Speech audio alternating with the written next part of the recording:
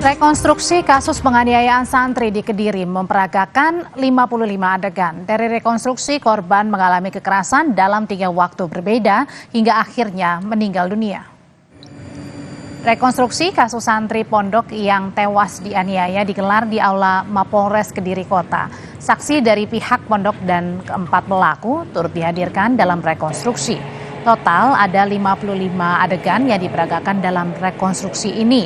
Dari keterangan kepolisian, korban mengalami kekerasan dalam 3 waktu berbeda. Tanggal 18, tanggal 21, dan tanggal 22 Februari sebelum dinyatakan meninggal dunia esok harinya.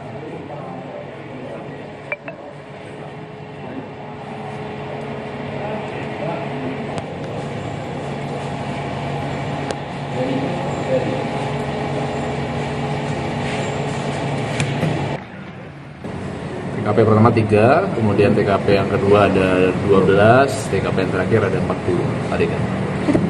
Sekitar 3 waktu, yaitu 18, 21, dan 22 sampai 23 dini hari. Baik, jadi tujuan rekonstruksi sendiri ini kan adalah membuat terang suatu tindak pidana supaya ada kesesuaian antara keterangan tersangka, keterangan saksi dengan yang dia perbuat, supaya sesuai antara keterangan dengan yang dilakukan. Jadi sampai saat ini semuanya masih sesuai dengan apa yang sudah dituangkan dalam berita acara pemeriksaan.